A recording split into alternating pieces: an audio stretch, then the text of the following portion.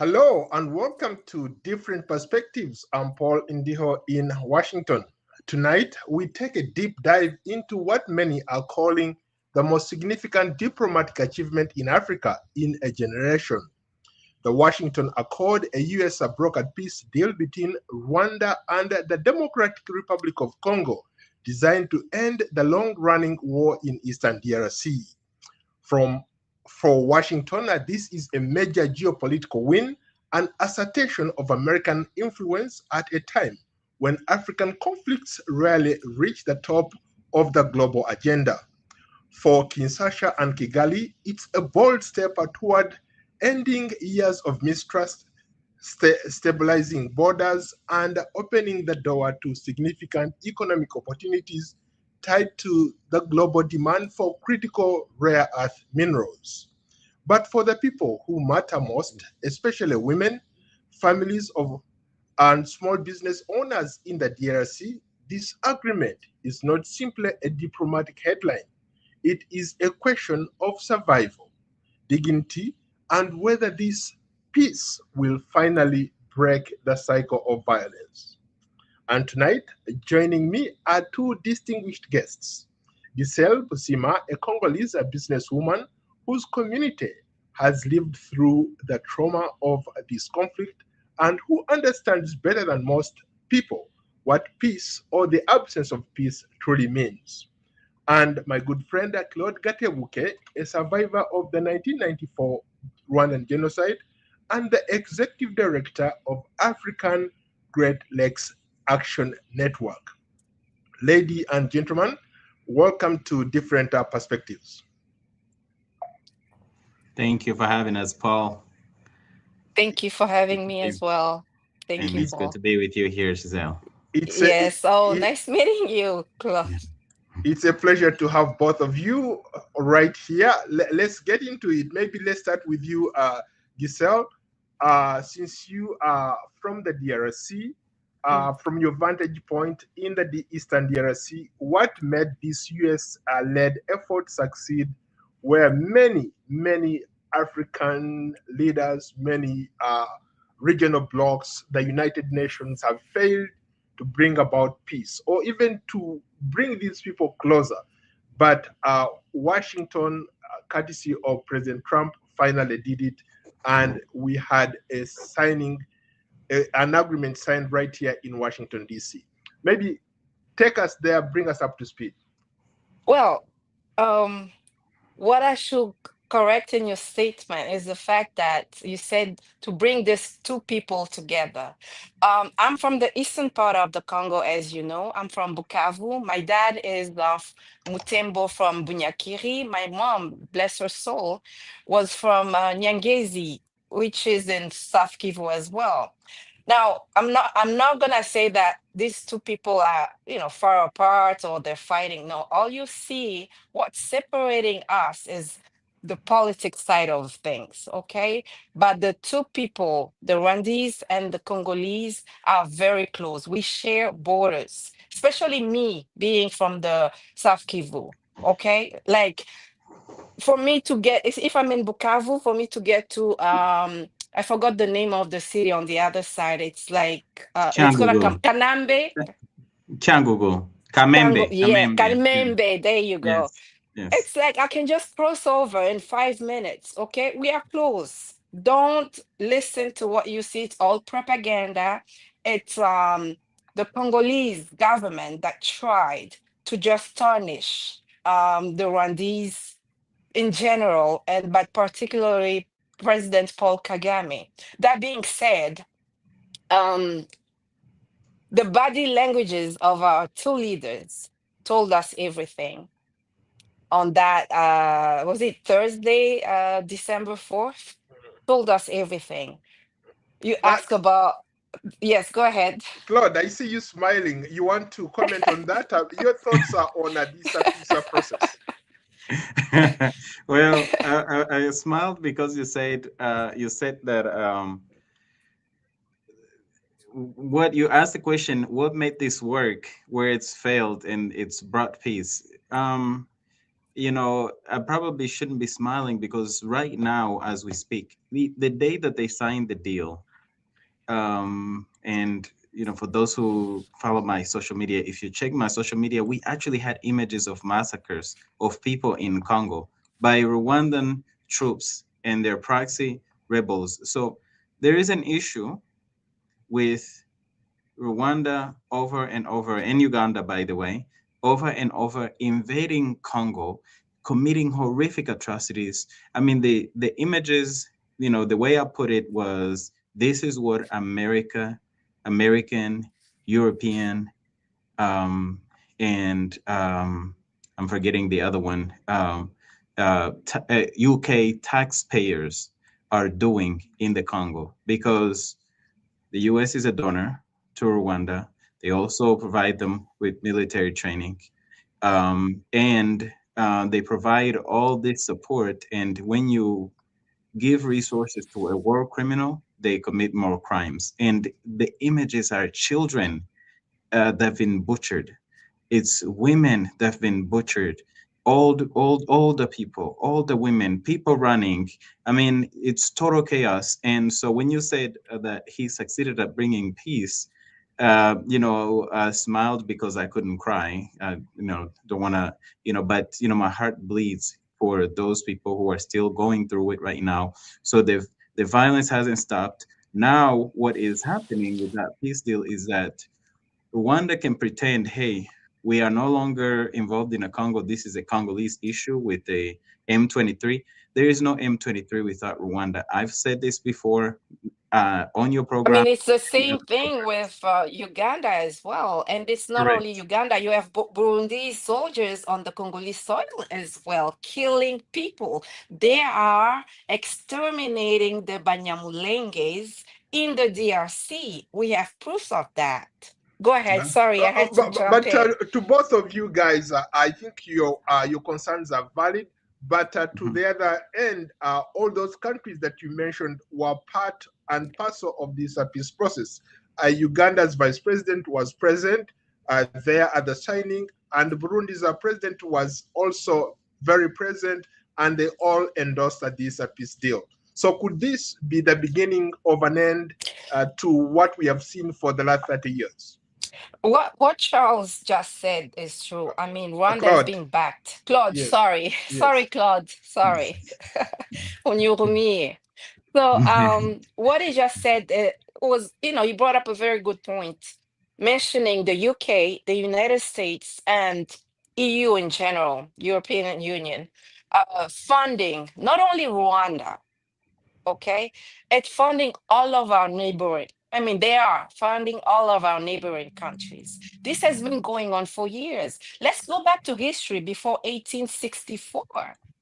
Okay, how did the Belgians got a hold of not only Congo or Africa? That's why I mean I insist on the fact that we have to go through the root causes of all the wars, supposedly tribal wars that are going on in Africa, Congo, Rwanda, but even in the Middle East today. Okay, who is funding and why are they funding those wars? Okay, they're using our own people. They have been using our own people for centuries to kill us. So we shouldn't put this on just, I'm not trying to be Mr. Paul Kagame's advocate or Mr. Felix Tshisekedi's advocate, because Felix has his own share of, atrocities as well in the DRC. I am a victim of Felix Tshisekedi's regime. He accused me of being a Rwandese citizen, a Rwandese spy, falsely, because one of his ministers that I dated decided to just teach me a lesson. That's another abuse of power, human right violations. I was tortured, though they chose to put me in a nice hotel. You know what I mean? And made sure that I had hot water. I was held in captivity for 45 days. So we can't even go there. Let's look at the root causes of all this stuff. Because I'm not going to give you the numbers that we have of people that have been killed, their bodies dumped in the Congo River. That's not Rwanda. That's not Uganda. That's not Angola. It's not Tanzania. It's not Burundi. It's the Congolese people. It's not the US or the UK. All right. So, Paul, I Yeah, told you this is a very sensitive matter, and I'm still healing from what I went through. As you said in the beginning, my family went through this whole thing for more than 30 years. Okay, so please, you're gonna have to be a bit more tolerant with me, my uh, friend, my brother there as well. point well Yeah. noted. Point well noted. I wanted to go back to the issue that both of you brought up. Uh, we, the English people like to say, "Let bygones be bygones." Could this peace process put an end to what you all experienced? Could this peace deal that was signed in the United States be a bridge to the future, a bridge to a country that sees no conflict, to people living freely, like you said that your families have been through so much? I want to first say, Giselle, I'm very sorry for the torture that you went through, and I absolutely hope that you get justice. And that is Okay. actually part of our mission. Our organization is part of our mission is to get justice for the people in the region, the whole region. So the question you asked, Paul, to come back to the question is, will this peace deal bring about, or can it? Are you saying will it or can it? I think it's two Either different Really? one. questions. Yeah. Okay, so can it? Uh, it can, but it's not going to be let the bygones be bygones. Perpetrators must be held accountable. Otherwise, those who aspire to be in positions of power will continue to wreak havoc, kill, pillage, and rape, and and then get amnesty, basically. These leaders in the region should not have any kind of amnesty. People who are doing all of these type of committing all these type of atrocities, they have to be held accountable. So it can, in the sense that one, it will take the reason why so many people have been displaced and so many people. There has been more death in the Congo than the whole population of Rwanda. There's been more death, the displacement in the Congo than half of the population of Rwanda. Not in just this is just in the last few years. We're not talking about over the last 30 years.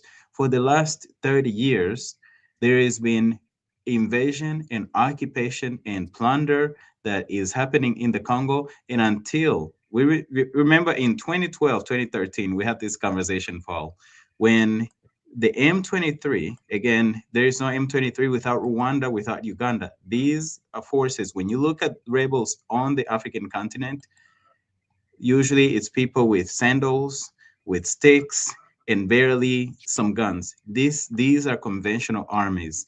And in 2012, 2013, the US and a bunch of European donors withheld money from Rwanda. And within months, the M23 was out of Congo in the refugee camps in Uganda and Rwanda. They regrouped and came back in 2021, but it will take something like that for that peace deal to succeed. It will take America and the European partners and the World Bank, which is the largest multilateral donor to the countries that are invading the Congo. It will take that. It will take holding Paul Kagame and Yoweri Museveni accountable for the crimes they committed inside of their own countries and the crimes they commit inside of the Congo. Until that happens, will this peace deal actually do it? Until there is justice, this deal is going to be like many other deals that have been signed. This isn't the first. There's been many deals signed. Not only does this go back, it's not just in the Congo. Congo has had multiple peace deals that have been signed and violated, multiple ceasefires that have been agreed on and violated. You go back to Rwanda, same thing. Rwanda had multiple peace deals with, by the way, the same players um, in the 90s, and those were violated led to the genocide. Genocide led to the displacement of people into the Congo, and then the pursuit of those people in the Congo is supposed to be the reason. But every time they go there to get the genocidaires, they go for the mines. When did the mines and the minerals commit genocide in Rwanda? For you to go after the mines every single time. Now, go back before Rwanda. The violation of peace accords actually started in Uganda in the early 80s when Museveni recruited Paul Kagame and his fellows who formed the RPF and invaded Rwanda, and then both of them teamed up and invaded Congo. They violated peace deals in Uganda. So it goes back more than 40 years.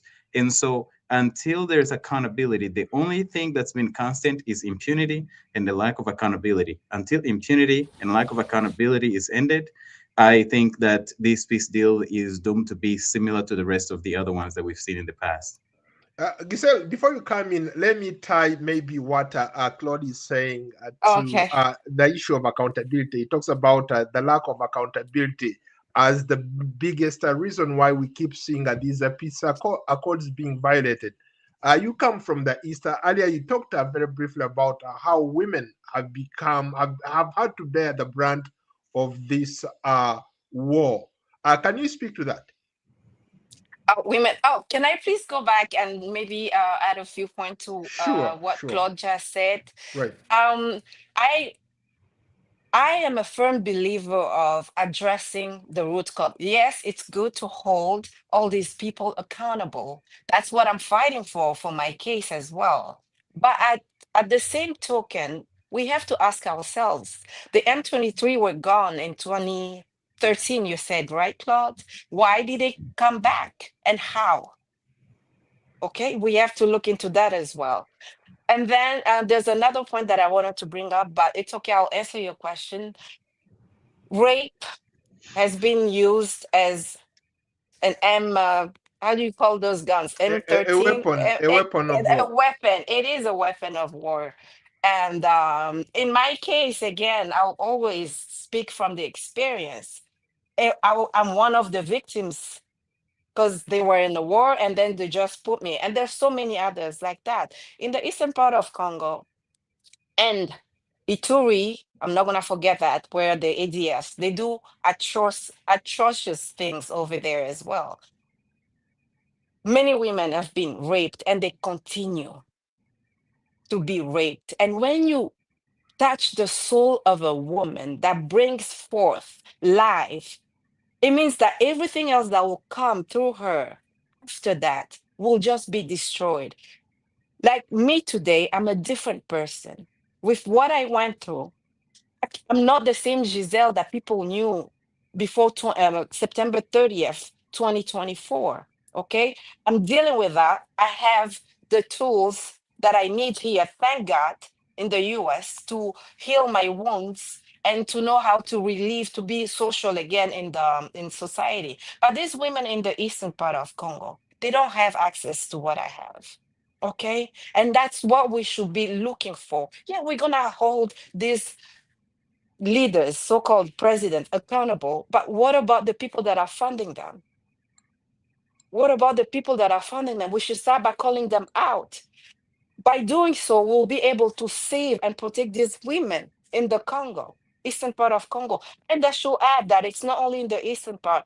There's also the province of Grand Bandundu, which is very close to Kinshasa, where women are being raped on a daily basis in Kinshasa itself as well. Okay, so we have to look at it in the bird. It's a weapon of war at the end of the day. It might be tribal, it might be international, or going after the mines.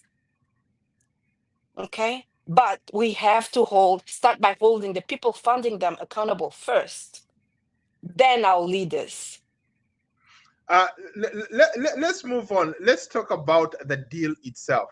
Okay. This is truly, it was truly a remarkable thing to see U.S. President host the Congolese and Rwandan president here in Washington.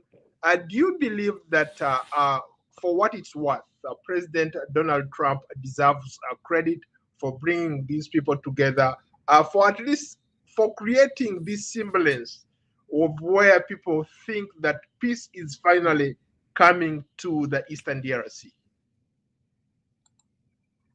Me? Oh, Claude can go. Either one He's of you can take it smiling. on. Go for Oh, it. he's muted.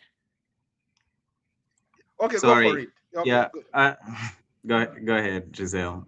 Yeah. No, it's okay.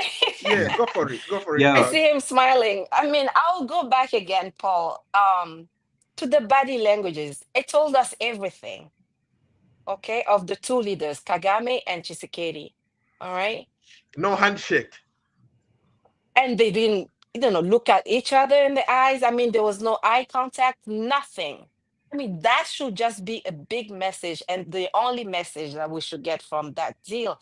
Talk about President Donald Trump. We know him. We've been in this country, I'm sure, respectively, for years and years and years. He's going after his prize, okay? And I'm sure at the end of it all, he'll probably get it. He already got one, Yeah. the soccer From peace prize. FIFA. Yes. Yes.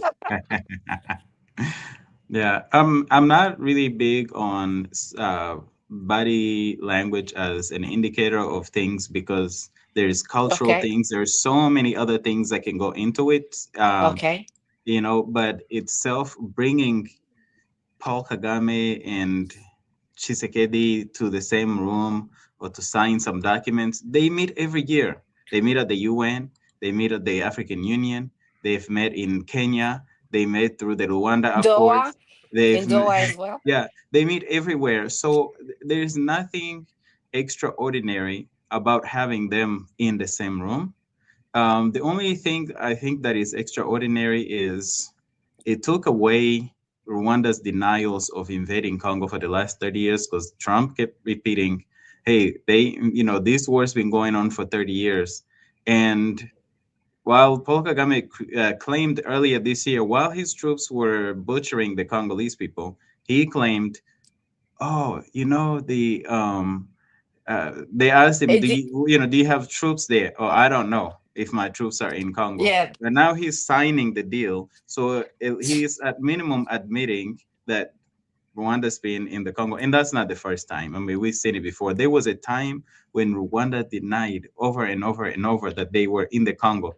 And then after some time, they held a ceremony to welcome troops coming back from the Congo, even though they had claimed that they didn't have troops in the Congo. So that's one thing that came out of it. The other thing, as far as giving Trump credit for bringing them together again, Trump wants minerals. And Trump wants his, American companies to go there, and that is the reason. That is the core of this he's violence is competing with about China. access. Yeah, and it's the core of all these atrocities in the Congo for the last 30 years is access to minerals. I mean, if you look at the reports from the very beginning to this day, including the ones that listed the companies that are plundering the Congo, Canadian companies, Australian companies, Belgian, French, you name it, American companies. Now, Kazakhstan as well. yeah, now what we're getting is they're officializing American companies, especially Trump's friends, to go in there and get the minerals. And another thing, last point I'll make here, when it comes to Trump, trust him at your own Risk. peril, at your own risk. Trump sold a meme coin to his own fans. The meme coin wasn't worth anything. And so this is the type of the character that you're dealing with. Additionally, the U.S. has a long history of supporting dictators, friendly tyrants all over the world, and then they turn around and they trash them. Bin Laden was their friend. Saddam Hussein was their friend, and so for me, there is not much credit to give here because again, until there is accountability, and this is where I differ with Giselle. I keep insisting the local actors, that's where we need to start because that's who is holding the knives. That's who's holding the weapons. That's who's doing the violence directly. Start there and work backwards to those who are sponsoring them. And that's why at the very beginning, I talk about the sponsorship of these the belligerents, those who are causing violence. So, that's to me I It's my wanted to good. push It's viewpoint. back good. before you come in. Let me push back a little bit. Let me I'm go gonna back lose at. my train of thought. Yes, go ahead. Okay, go ahead. Go ahead.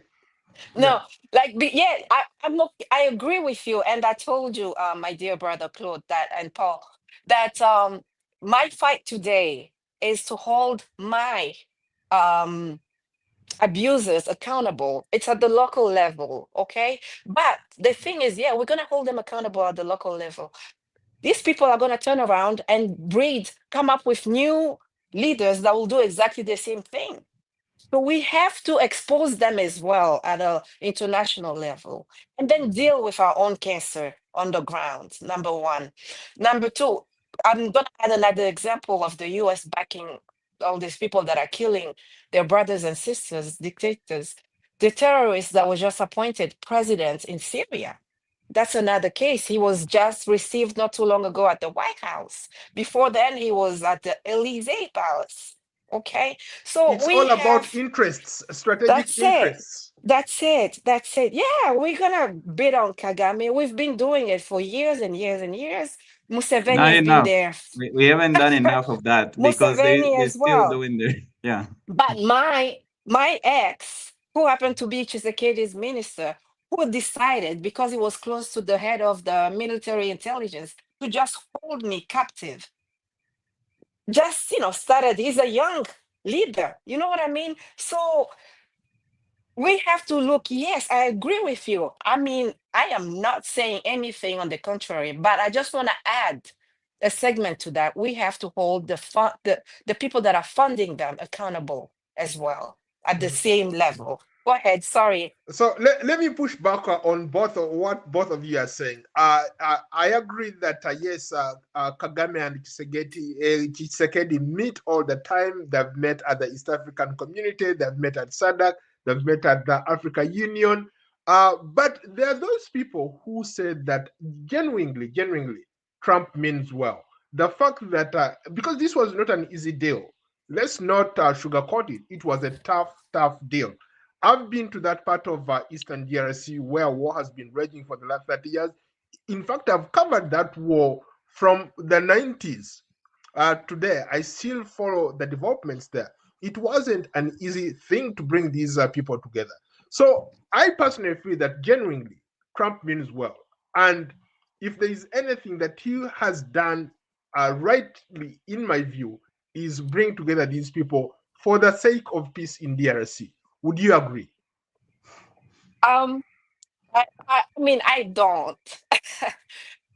I mean, he means well. Again, I'm gonna take Claude's words for his own friends, okay, businessmen and women that are going to go and exploit the natural resources legally now, okay? But it's the same route they've been using for years through Legally, I Paul like the Kagame. word legally because Of at least course, before they've been stealing them, right? Now it's going to be legal. they've been stealing them with the I help mean, of their main mhm. sponsors, Yeah, okay? and Now, slavery was legal, that's colonialism was right. legal. Legal Dictatorship as doesn't make it well. right. Yeah. Yeah. No, I'm not saying it makes it right. Not, No, no, no, no. no. Yeah, I was Uh, just saying it to Paul. Yes, That yeah. It doesn't make legal it doesn't right. mean right. Hmm. You know, let's the Congo integrated the Eastern African community. I'm not sure about the date, but neither the year, but it was under Felix Tshisekedi's regime, okay, when it started. That's the way they brought up all these countries that you saw represented on December 4th. Okay. We have to ask ourselves. Actually, we need a copy of the deal with the Eastern African community first. I don't know if I should say this, but I was maybe lucky enough or cursed enough to be in a room where I saw a presentation of the Eastern African community plan project that they had signed with the DRC. Okay, we can blame Paul Kagame. Yes, he's done awful things. Museveni as well. Those are the two known, um, you know, boroughs, if I should say, of the DRC. But what about what we signed with the Eastern African community? We, by signing on the 4th of December, we were not only able, as the US, to legalize the exploitation of the Congolese natural resources, but also put in place the Eastern African Community Agreement that Felix Tshisekedi had with the neighboring countries as well. Okay, that's a key part. People should ask themselves, what was Ruto doing in DC? What about Burundi? Because he was exploiting a mine, Rubaya, for years too, under Felix Tshisekedi. So I'm not going to go into too much details, but the bottom line here is that everything has been legalized. Okay, Claude, pick it up. Yeah. Yeah, you were saying that Trump means well. I think that was your where you were coming from. You want me to pick it up from yeah, there? yeah, yeah, yeah. Yeah, go ahead. So I Just I used to be one of the people that believed Trump didn't like war. Now seeing what is happening in with Venezuela, I am not so sure that I can say that again. I stand corrected. Um, we've also seen what's been happening in the Middle East during his own administration. Um, what's happening in Gaza and Palestine, the 12-day war, Israel and Iran, where he claimed that he was also a part of it. So I used to be one of the people that really thought, he didn't like war, and maybe he doesn't like war as much as other U.S. presidents in the past. But when you say he genuinely means well, I agree with Giselle. He means well for his friends. He means well for the billionaire class. He means well for the wealthy and those who are getting the contracts and are going to get their hands on the minerals. He means well for those people. But as far as the Congolese people, as far as the people in the region, as far as the victims of these atrocities, I don't think that I wouldn't give him that much credit. I okay. Let will. me I'm follow up. happy to be corrected. I'm happy to be corrected. Maybe he turns out that way, but until I mean, this is a person. Like I said, I've seen him sell a meme coin to his own fans that wasn't worth anything. Until I see otherwise, I mean, the past behaviors are indicator of the future. On the contrary, again to your point, I think his meme coin, the Trump coin, I think it has gained value because the way crypto works is it's all based on speculation. The fact that he was able to put it out there and people bought into it, it gave it value. So you can't say it was worthless. But going back to the point that you made earlier, uh, still on Trump. Trump emphasized U.S. investment in that region, especially when it comes to critical minerals. Of course, people, analysts like you guys, are looking at it saying that it's all about minerals, it's all about American companies going into the DRC. But let's face it, those people need investments, especially since they've been affected by war for a very long time. So, how are investments going to come in if people, on the other hand, are skeptical about these investments coming in? They're not saying, okay, please come and develop. I can bet you that once those investments hit the ground, you'll see some kind of development on the ground as well. So, which will mutually benefit the people of the DRC. Uh, Well, a lot of Here's the people thing. have been saying that by bringing jobs, investment will eventually bring jobs into the region and this and that, and people will just stop fighting. They'll quit, working for the M23 and all this. There's so many rebel groups in the DRC. I think there are more than 400. It's not just M23. Yes. There are many of them. So people believe. Sorry, Claude, I cut you off there. You're okay. You're okay. But at the same token, we have to look at the population in the DRC in general, eastern part of the country in particular, do they have the skills? Once these people come with the investments, who will be working for them? Do we have enough people skilled to work for the American companies, or are they going to import once again? You know, the people to work for them. Yes, I mean, yeah, they will come in, they'll invest. It's probably gonna bring peace, take people out of the bushes and everything else. But at the end of the day, is that gonna be enough to bring peace on the ground? Yeah, see, the Congolese mines in eastern Congo have been exploited for a long time without peace. These companies are not in their, when they look at their financials and everything, peace is not a line item It's on their not. financials. When It's they not. look at their investments, peace is not a line item even in how they invest. What they will do is, what the way I'm seeing it is, they are going to just replace the companies that were already exploiting There. the Congolese. The only way for me to give it credit, that I would have given it credit, is if they said, because as Giselle said, there are hundreds of rebel groups. Most of them are ragtags. It's like, in the US there are hundreds of militias, Mm-hmm. but I mean, they're ragtag militias. They can't do anything. Then you also have the occupying forces. If peace was a requirement and something that would actually, that they were worried about in terms of their investments, they would have demanded before the signatures that the invading forces vacate the territories that they occupy. It's still status quo right now. The status quo with violence. Like I said, we are seeing troop movement, we're seeing bombings, we're seeing massacres, we're seeing dead people, and this is fresh. This is happening right now. And these companies will still go there. They will still get their cut. They will still get their bag. They'll still get the minerals, and they'll keep it moving. The one indicator is, what do they do with the invading and occupying forces that are very well organized, well equipped, equipped by the U.S., equipped by Europe, equipped by the U.K., and and funded by these countries, and what did they do about them? Until that happens, then I don't, peace is not it's not really a thing for them.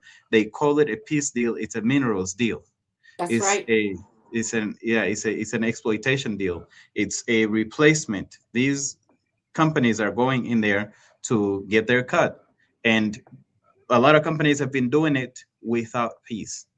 What incentive do they have now to lose time, which equals money for them, going after peace when they can just get their stuff? That's it. Well, Again, it's legalized, Paul. well, if you are just joining us, we are streaming live. You can watch this conversation in real time on all social media platforms. And to our audience watching us live and listening, we want to hear from you. Please drop us a comment in the comment section below and tell us what you think about this US brokered peace deal between Rwanda and the DRC, designed to end the long-running war in Eastern DRC. And of course, my guests are Giselle Busima, a Congolese businesswoman whose community has lived through the trauma of this conflict and understands better than most people what peace or the absence of it truly means. And Claude Gatebuke, a survivor of the 1994 Rwandan genocide and executive director of the African Great Lakes Action Network. Uh, Ladies and gentlemen, back to you. How about the role of regional actors? I think, Claude, you alluded to the fact that yes, these guys have had all sorts of meetings, all sorts of accords signed, but they struggle to secure uh, commitments from both sides. Now it's finally here. The United States has done it. What can we expect going forward? Let's Oh, Like I said earlier, let's forget, let bygones be bygones. Let's focus on the future.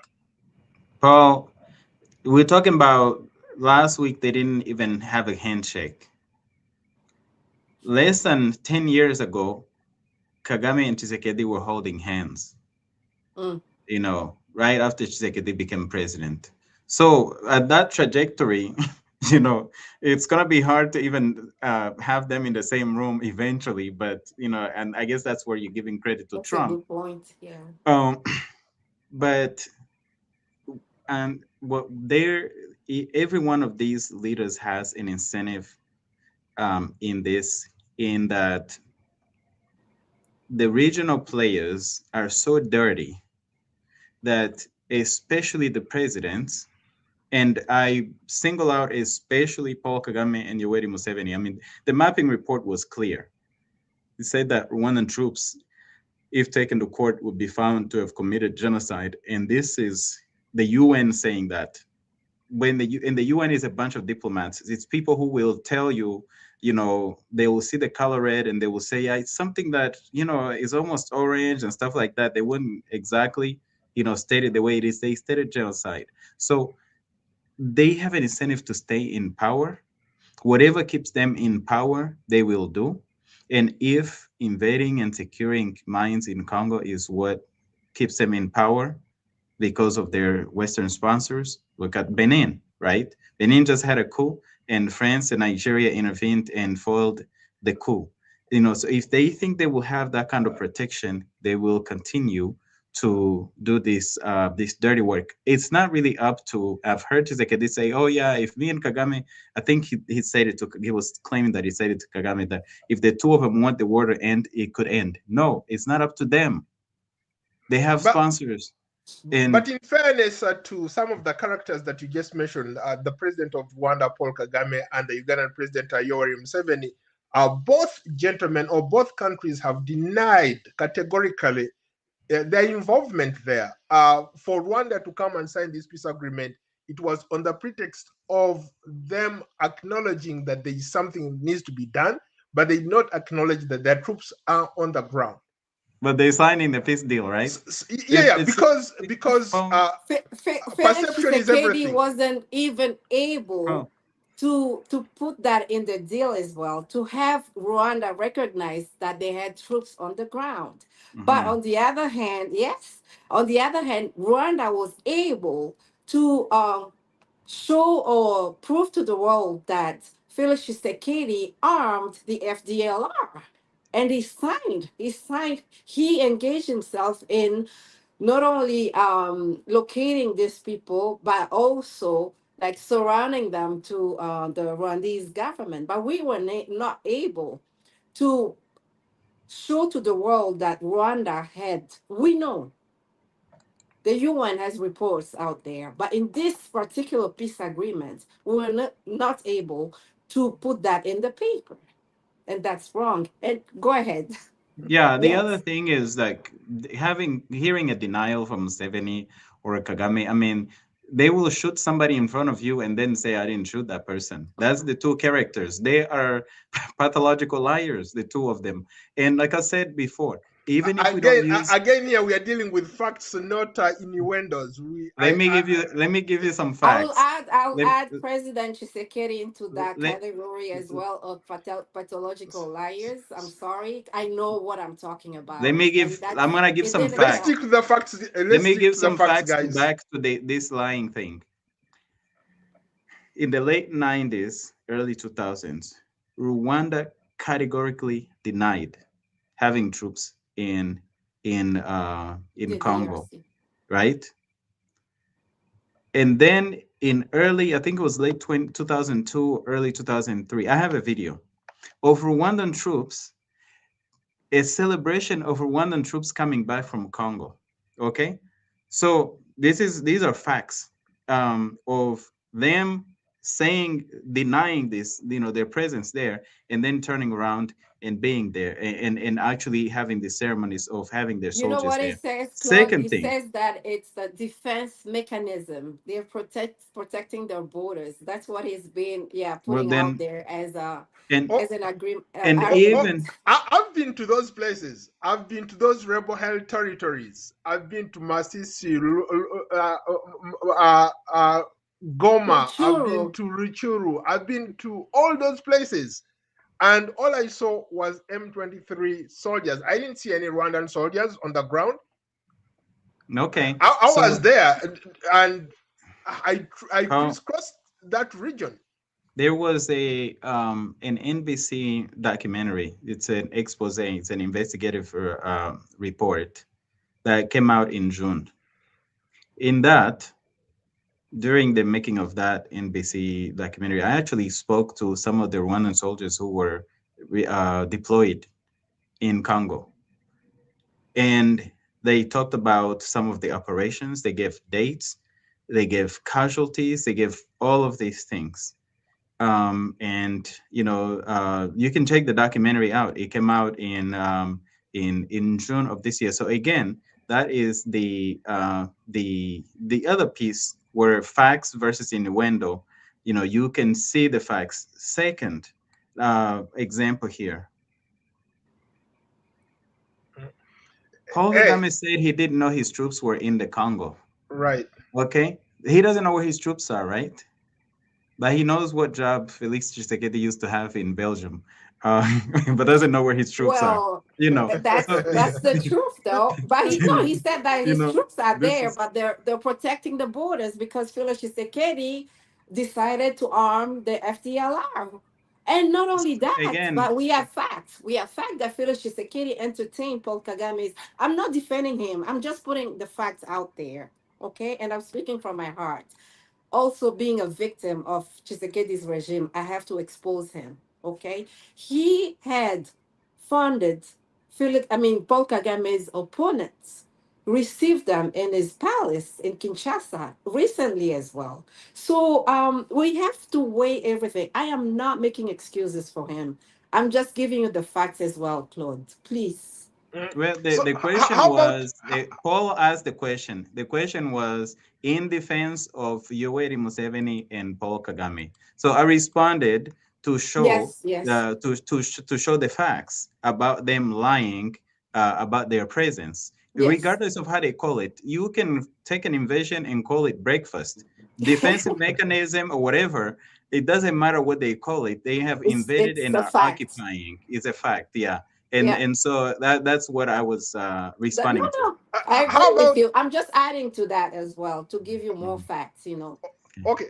How about for example, President Kagame said that implementation of this deal rests solely on Rwanda and DRC.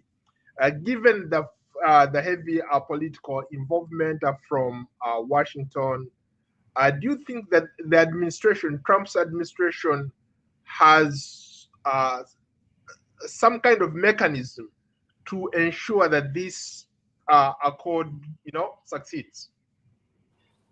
Yeah, they've got them. I'm gonna use a different word, but they have them by their feet, or by their hands, or by their necks. um the US holds the purses to both governments. Mm, It's the largest donor to both governments.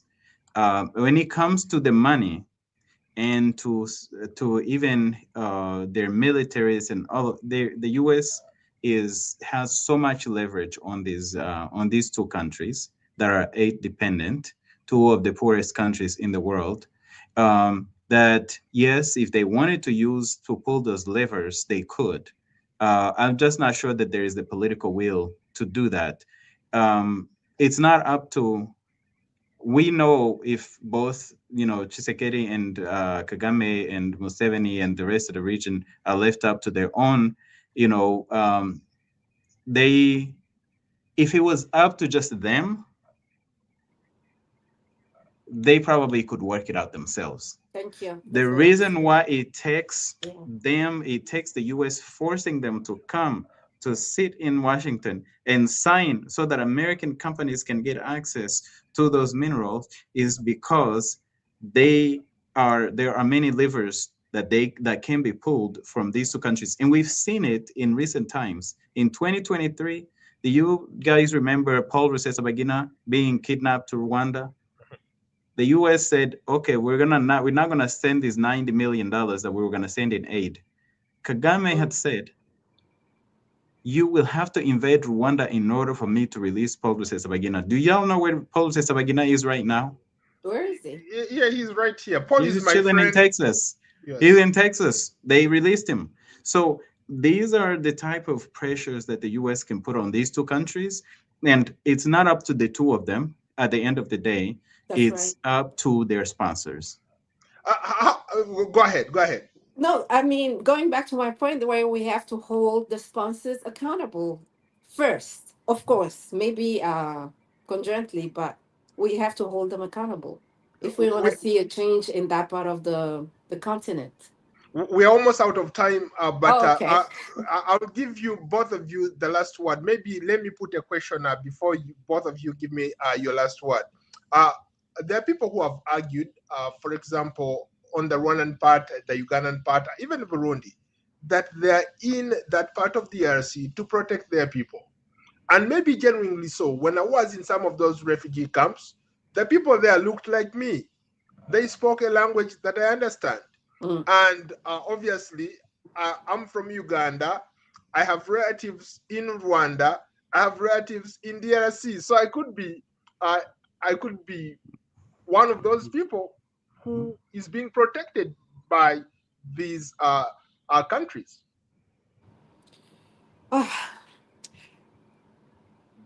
I'm going to steal Claude's words. If it was up to our leaders, they would have been able to work it out the African way.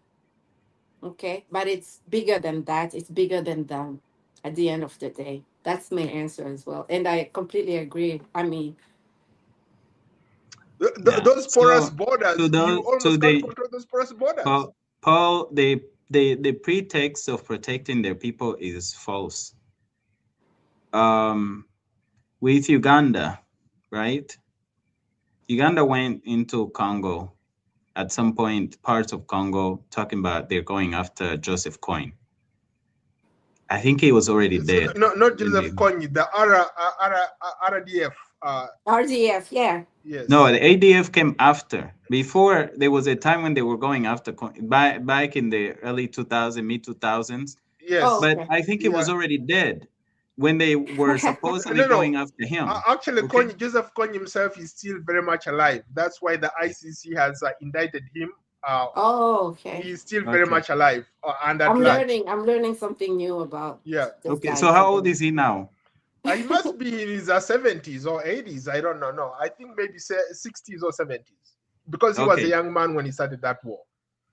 Okay. So these are countries that are already these leaders, they are already killing their own people inside of their own borders. You look at what's happening inside of Uganda right now. You look at every election cycle, what Museveni does. You look at Museveni just kidnapped Kiza Besigye Kenya. from Kenya and is torturing him. You look at what's happened to the supporters of Bobby Wine, and you talk about they're not even interested in protecting people inside of their own borders, That's and they're right. talking about going into the Congo to protect their own people.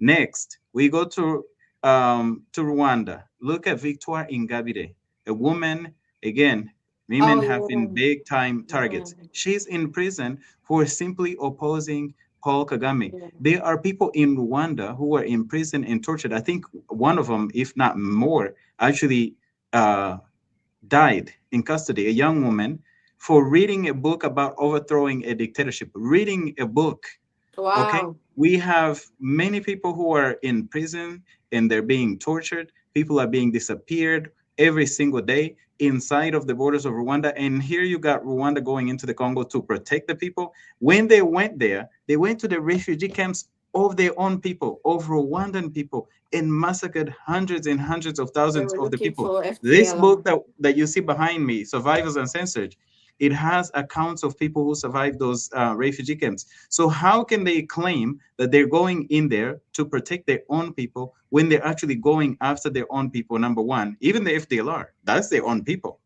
Yes, I of mean, course. weren't Yes, they, it's the getting people. their own people? Yes, So yes. this I, thing I about would Yeah. I would protecting, love to continue this conversation. I'm gonna add to that before we go on. Go And for it. the sad thing is that we as Congolese, we are crying day and night, accusing Rwanda and Uganda not enough. I think we kind of Mhm. protect Uganda because we receive his son in the presidential palace whenever he wants to come to whatever. But the fact is there, Uganda has been aggressing the DRC as well. But the sad thing is that my president, Tshisekedi, because I'm a Congolese American, he is doing exactly the same thing that his aggressors are doing to their people as well. He's doing that to his own people. I'm going to put my case aside. But 3 days ago, he just arrested and tortured another guy. He attacked a human rights activist in the DRC in Kinshasa. So again, I'm going to go back to our leaders. The day they will learn or they will start treating us with dignity will be the end of these sponsors funding them to destroy us. Unfortunately, we have to leave it there. Thank you both, Giselle and Claude. Thank you, Paul. Uh, Thank you're you for most welcome. having me. You're most welcome. Giselle Bisima is a Congolese businesswoman, and Claude Gatebuke, Executive Director of the African Great Lakes Action Network. And of course, don't forget to like, follow, and subscribe to me, Paul Ndiho, on Substack, X, Instagram, Facebook, Threads, LinkedIn, YouTube, and Spotify. We'll see you on another edition of a different perspectives. For now, so long from Washington. Guys, Asante. stick Thank you. around for 1 second. Let me make sure everything is good, and I'll Okay. let you go. Okay.